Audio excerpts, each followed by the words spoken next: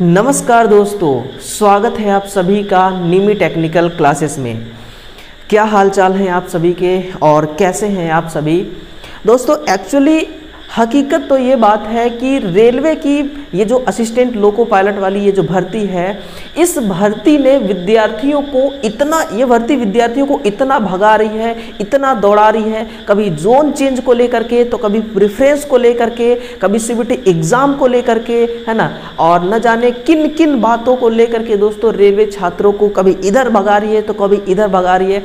सारे छात्र जो है दोस्तों वो परेशान हैं, सारे स्टूडेंट परेशान हैं। कोई स्टूडेंट सही इंफॉर्मेशन के लिए इस चैनल की तरफ भाग रहा है तो कोई छात्र इस चैनल की तरफ भाग रहा है ना। कोई कहाँ भाग रहा है, कोई कहाँ भाग रहा है। मतलब कि इतनी भगदड़ मची हुई है, इतना भीड़ मचा हुआ है दोस्तों इस लोको पायलट की भर्ती को लेकर के, है ना।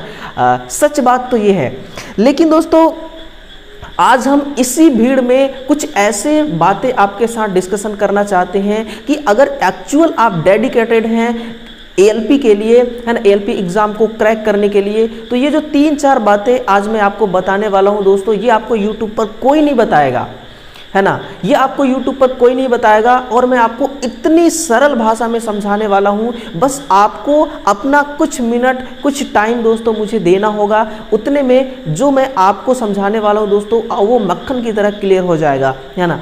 आपने थंबनेल भी देखा होगा, हर छात्र थंबनेल देखकर ही आता है ना, कि एएलपी सीबीटी एग्ज़ाम जो 2024 है, क्या अब सीबीटी 1 केवल क्वालिफाई नेचर का है या फिर नहीं है, ये पहला सवाल है।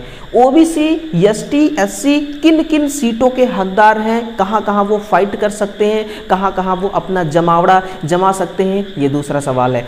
तीसरा जो कॉमन सवाल है दोस्तों कि अनरिजर्व की जो कट ऑफ है, ये कई बार दोस्तों ओबीसी के कट ऑफ से ये डाउन रह जाती है। क्या वो रीज़न है, क्या वो कारण है ना। तो सबसे पहले दोस्तों इस वीडियो को जो भी छात्र ऐसे देख रहे हैं जो फर्स्ट टाइम रेलवे में अपनी सफलता को हासिल करने के लिए पहला कदम बढ़ा रहे हैं, वो सभी छात्र दोस्तों एक बार इस चैनल को सब्सक्राइब कर लेंगे और फिर एक बार दोस्तों कमेंट सेक्शन में जाके कमेंट जो है वो जरूर करेंगे और सेशन को लाइक करेंगे। बाकी निमी टेक्निकल क्लासेस को दिल से मोहब्बत करने वाले लोग दोस्तों दिल का इमोजी कमेंट सेक्शन में जरूर लिखेंगे, है ना। देखिए हम अपने सिनेरियो की तरफ चलते हैं। हम अपने इवेंट को दोस्तों एक मोड़ देते हैं। सबसे पहली बात दोस्तों कि आपको ये बात पता है, रेलवे को ये बात पता है, मुझे ये बात पता है। कौन सी बात ऐसा है मेरे भाई, बात ऐसा है जनाब कि हमें तो पता है कि रेलवे का क्या कहना है कि भाई सीबीटी 1 जो है ना, ये आपका क्वालिफाई नेचर का है ना। लेकिन ये बात कोई नहीं कहता, ना कोई कहेगा कि केवल क्वालिफाई नेचर का है। अब आप कहेंगे सर ये क्या आप बोले जा रहे हैं, क्वालिफाई नेचर का है या केवल क्वालिफाई नेचर का नहीं है ना। ये हमें बातें समझ में नहीं आ रही।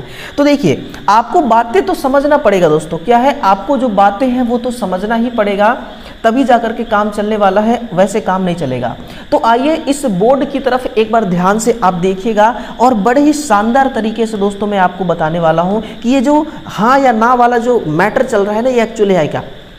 देखिए टोटल नंबर ऑफ भर्ती कितना है, पहले आया था 5696 पदों पर, है ना। आई थिंक 5696 या ऐसे कुछ था। इसको बढ़ा करके 18799 कर दिया गया। ये टोटल नंबर ऑफ सीट है, टोटल नंबर ऑफ सीट है 18799, है ना। इसमें फॉर्म कितने फिलअप हुए, इसमें फॉर्म फिलअप कितने हुए, ये किसी को एक्चुअल डेटा नहीं पता। हम लगभग मान लेते हैं, है ना, समथिंग हम कितना मान लेते हैं, 20 से 22 लाख, है ना। हम समथिंग कितना मान लेते हैं, 20 से 22 लाख। अब देखिएगा अगर बच्चा 20 से 22 लाख कैंडिडेट सीबीटी 1 के लिए बैठते हैं, सीबीटी 1 के लिए कितने छात्र बैठेंगे, 20 से 22 लाख छात्र बैठेंगे। तो ऐसा तो है नहीं कि 20 के 20 लाख बच्चे सीबीटी 1 को क्लियर कर लेंगे, है ना। सीबीटी 1 को क्लियर कर लेंगे, जो इनका मिनिमम कट ऑफ है, मार्क्स है क्वालिफाई का, उसको वो गेन कर लेंगे, ऐसा तो है नहीं।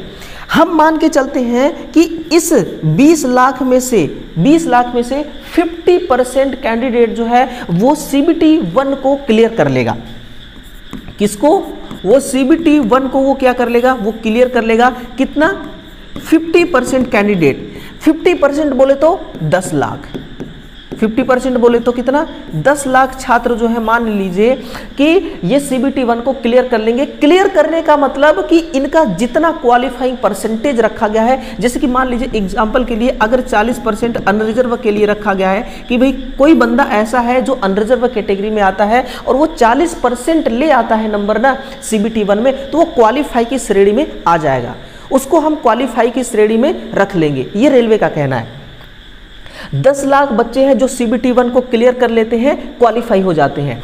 अब जनाब आप मुझे एक बात ये क्लियर करो कि अगर 18,799 जो टोटल नंबर ऑफ सीट है, अगर CBT 2 के लिए यहां से 15 गुना बच्चे उठाएं, कितना 15 गुना बच्चे, तो ये कितना जाता है, लगभग 2,82,000 है ना, 2,82,000 जो इतने छात्र हैं ना, ये 15 गुना बच्चे जो है 2,82,000 आएंगे। कितना आएंगे, 2,82,000। लेकिन CBT 1 में कितने छात्र क्वालिफाई किए हैं मेरे भाई, 10 लाख। कितने, 10 लाख। CBT 2 के लिए कितने जाएंगे, केवल 2,82,000। अब यहां से खेला शुरू होता है, यानी कि 10 लाख बच्चे क्वालिफाई हैं, जिसमें से 2,82,000 आप बाहर निकाल दो, कितना बचता है, 7,18,000 ना, आप देख लेना है ना, ये कैलकुलेशन ऊपर नीचे हो सकती है। 7,18,000, यानी कि इस 10 लाख में से 7,18,000 छात्र अभी भी दोस्तों क्वालिफाई होने के बावजूद भी जो CBT 1 का एक फाइनल लिस्ट बनेगा CBT 2 में जाने के लिए, वो दोस्तों 2,82,000 छात्रों का ही बनेगा। तो CBT 2 में कितने छात्र जाएंगे, ओनली 2,82,000, जबकि क्वालिफाई कितने हैं, 10 लाख। तो 7,18,000 छात्रों को बाहर कर दिया जाएगा। इसको क्या कर दिया जाएगा, स्क्रीनिंग कर दिया जाएगा, इनको आउट कर दिया जाएगा। ये क्वालिफाई है फिर भी। अब मैं अपने दोबारा कहे हुए शब्दों पे लौटता हूं कि मैं भी कह रहा हूं कि ये क्वालिफाई नेचर का है, लेकिन केवल क्वालिफाई नेचर का नहीं है दोस्तों। इतना आसान भाषा में अगर आपने नहीं समझा दोस्तों, तो फिर अब मैं कैसे समझाऊं आपको, है ना। आपको समझ में आ गया कि ये क्वालिफाई नेचर का है, केवल क्वालिफाई नेचर का नहीं है। तो आपको ना केवल इस 40% को ध्यान देना होगा, बल्कि आपको 2,18,000 के जो लिस्ट बनेगी दोस्तों, उस लिस्ट में आपको अपना नंबर लाना होगा। CBT 1 में इतना मेहनत करना होगा, तब जाकर के आप CBT 2 के लिए अलाउ हो जाएंगे। उम्मीद है कि मैं आपको बेहतर तरीके से समझा पा रहा हूं। अगर मैं आपको आपके साथ सही तरीके से कन्विंस कर पा रहा हूं दोस्तों, तो एक बार सेशन को ना लाइक वाला बटन जो है वो जरूर आप दबाएंगे। तो एक सवाल का आंसर क्लियर हो गया। दूसरा सवाल मैं आपके सामने रखता हूं कि भैया अगर कोई एसटी, यहां से देखते हैं ना, ये चीजें अच्छे से समझ में आ गई। अगर कोई SC का बंदा है, ST का बंदा है या OBC का बंदा है, इन तीनों कैंडिडेट को क्या मिलता है, रिजर्वेशन। ये जो भाई साहब हैं UR, इनको कोई रिजर्वेशन नहीं मिलता, यानी कि इनके घर में ये वाला भी बंदा आ सकता है, ये वाला बंदा भी आके बैठ सकता है, और ये वाला बंदा भी आके बैठ सकता है ना। और दोस्तों यहां आकर के खेला कर सकता है। लेकिन अनरिजर्व का कोई भी छात्र न तो यहां जा सकता, न यहां जा सकता, और ना ही यहां जा सकता है। इसके मन में बड़ा गिला शिकवा है। कैसे एक रिजर्वेशन जिस छात्र को मिलता है वो अनरिजर्व की श्रेणी में आ सकता है, इसको समझिए। जोन को मारिए गोली, है ना, जोन को गोली मारिए अभी, कोई सा भी जोन, अहमदाबाद, अजमेर, बेंगलुरु, भोपाल, भुवनेश्वर, बिलासपुर, चंडीगढ़, चेन्नई, गोरखपुर, गुवाहाटी, जम्मू, कोलकाता, कोई सा भी जोन हो सकता है, पर्टिकुलर कोई सा भी एक जोन को उठा लो। अगर एक SC का बंदा है ना, SC का बंदा है, और उसका देखिए अहमदाबाद में 132 सीट है, उसके लिए प्रॉपर सीट है। इस सीट में केवल यही फाइट करेगा, केवल यही खेला करेगा, इसके अलावा कोई नहीं आ सकता। न ST वाला इसमें आ सकता, न OBC वाला, न EWS वाला, न UR वाला, कोई नहीं आ सकता। SC का सीट 132 है, रिजर्व है ना, इसका पट्टा लिखाया हुआ है यहाँ पे। तो ये तो यहाँ पर खेला करेगा। अगर मान लीजिए इसने CBT 1 में फाड़ू वाली तैयारी कर लिया, कैसा तैयारी कर लिया, बिल्कुल बूम वाली तैयारी कर लिया, इतना जबरदस्त इसकी तैयारी है कि ये अनरिजर्व के कट ऑफ को भी दोस्तों ये क्लियर कर लेता है। किसको, अनरिजर्व के कट ऑफ को ये क्लियर कर लेता है। तो ये यहां पर भी आकर के दोस्तों अपना हकदार, अपना हक, अपना जमावड़ा बना सकता है।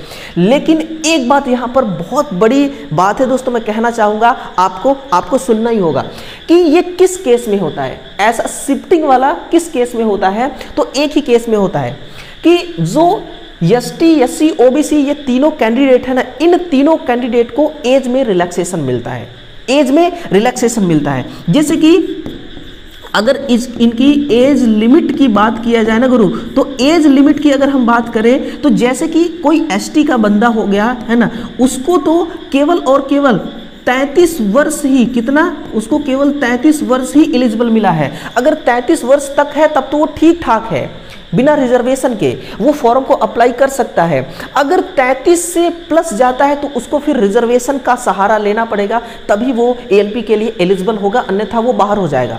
तो 33, कोविड को गोली मारिए, कोविड वाला जो 3 साल का रिलैक्सेशन मिलता है उसको हटाइए, है ना, उसको हमें काउंट ही नहीं करना है।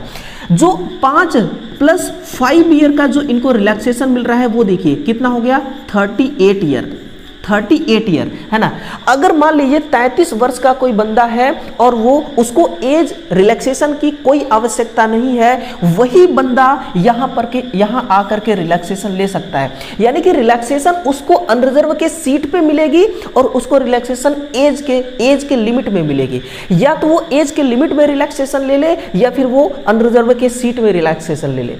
दो जगह में से केवल एक ही जगह दोस्तों उसको रिलैक्सेशन मिलेगा।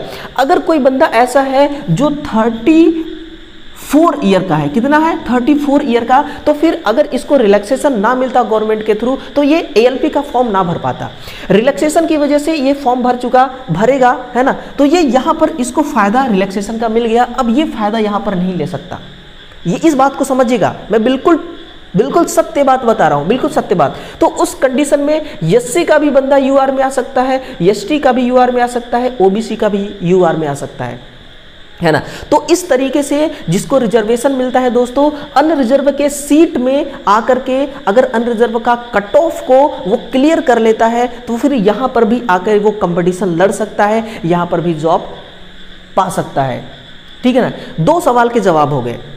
अब तीसरा सवाल की तरफ चलते हैं कि भाई अनरिजर्व का कट ऑफ कभी कभी दोस्तों कई बार ऐसा देखने को मिला है और कई जोन में मिला है कि ओबीसी के कट ऑफ से कम रहता है। कैसे कम रहता है, अब सुनिए। पहली बात तो यह है कि एससी का जो बच्चा है वो क्या करेगा, सीबीटी में इतना तैयारी कर लिया है, इतना जबरदस्त उसकी तैयारी है कि वो अनरिजर्व को टक्कर दे रहा है। किसको टक्कर दे रहा है, अनरिजर्व को टक्कर दे रहा है। जब वो, आप खुद सोचिए, जब वो सीबीटी फर्स्ट को क्लियर करेगा, सीबीटी फर्स्ट को क्लियर मतलब कि सीबीटी फर्स्ट को जब एग्जाम दे करके आएगा तो उसके अंदर खुद इतना कॉन्फिडेंस आ जाएगा कि इसको पता है कि भैया मैं अपने जोन को तो छोड़िए, जोन का मतलब कैटेगरी, अपने सीट को तो छोड़िए, मैं अनरिजर्व के सीट को भी क्लियर कर लूंगा, मतलब कि वहां के कट ऑफ को भी क्लियर कर लूंगा। यानी कि उसके अंदर एक इतना कॉन्फिडेंस आ जाएगा कि वो, उसके मन में किसी भी प्रकार का कोई चिंता रहेगा ही नहीं कि मेरा सीबीटी 1 क्लियर होगा कि नहीं होगा, क्या होगा, भगवान जाने क्या होगा, है ना, ऊपर वाला जाने क्या होगा। इस प्रकार के उसके मन में कोई भी दुविधा, कोई भी शंका नहीं चलेगा। तो वो क्या करेगा, वो एक काम करेगा कि वो सीबीटी 2 के लिए दोस्तों वो जुट जाएगा तैयारी में। किसके लिए, सीबीटी 2 के लिए वो जुट जाएगा तैयारी में, है ना। अब एक ऐसा बंदा है जो अनरिजर्व का है, लेकिन उसने दोस्तों सीबीटी 1 तो दिया है, लेकिन उसके मन में शंका है, यार मेरा निकलेगा कि नहीं, यार भाई निकलेगा कि नहीं, यार मेरा इतना नंबर, मैं लमसम इतने नंबर का करके आया हूं, पता नहीं मेरा होगा या नहीं। अब वो अपने लिस्ट का इंतजार करेगा कि लिस्ट में नाम आता है या फिर नहीं, है ना। वो आंसर की का इंतजार करेगा, वो कट ऑफ की इंतजार करेगा। इतने में 1 से 1.5 महीने का समय खत्म हो जाएगा। जो बच्चा सीबीटी 2 को उसी दिन से सीबीटी 2 में भिड़ गया जिस दिन वो सीबीटी 1 को एग्जाम दे करके आया, तो वो 1.5 से 2 महीना, 2.5 महीना तो वो आगे निकल गया ना इस अनरिजर्व के कैंडिडेट से। तो ऐसे एससी के न जाने कितने छात्र होंगे जो इतना दोस्तों अच्छा स्कोर करेंगे, जिनको अपने आप पर इतना कॉन्फिडेंस होगा कि जिस दिन सीबीटी 1 दे करके आएंगे उसी दिन से वो भिड़ जाएंगे सीबीटी 2 के लिए। तो अब बताइए कि इन छात्र का कट ऑफ ज्यादा जाएगा या फिर अनरिजर्व के छात्र का कट ऑफ ज्यादा जाएगा।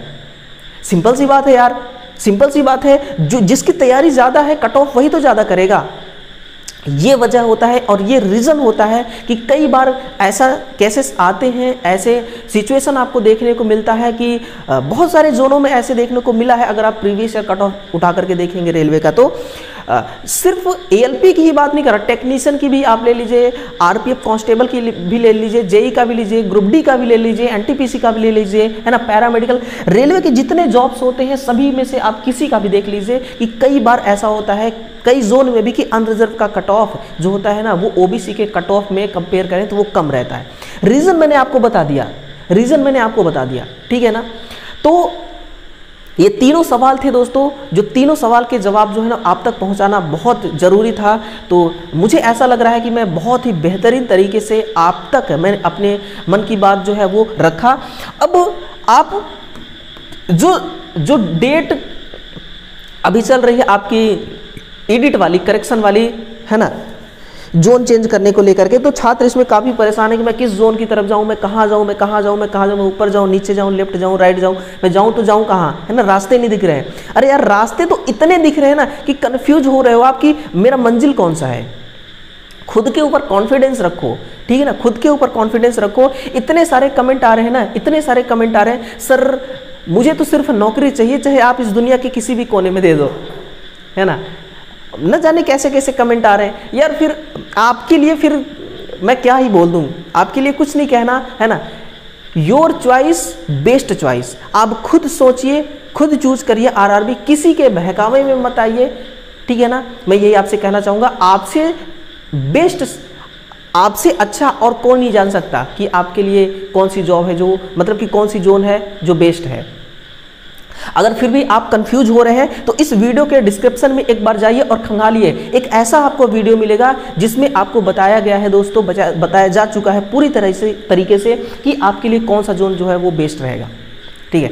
अपने लफ्ज़ों को मैं यहीं पर अल्प विराम देना चाहूँगा। और दोस्तों चैनल को सब्सक्राइब नहीं किया है तो ज़रूर करिएगा। धन्यवाद।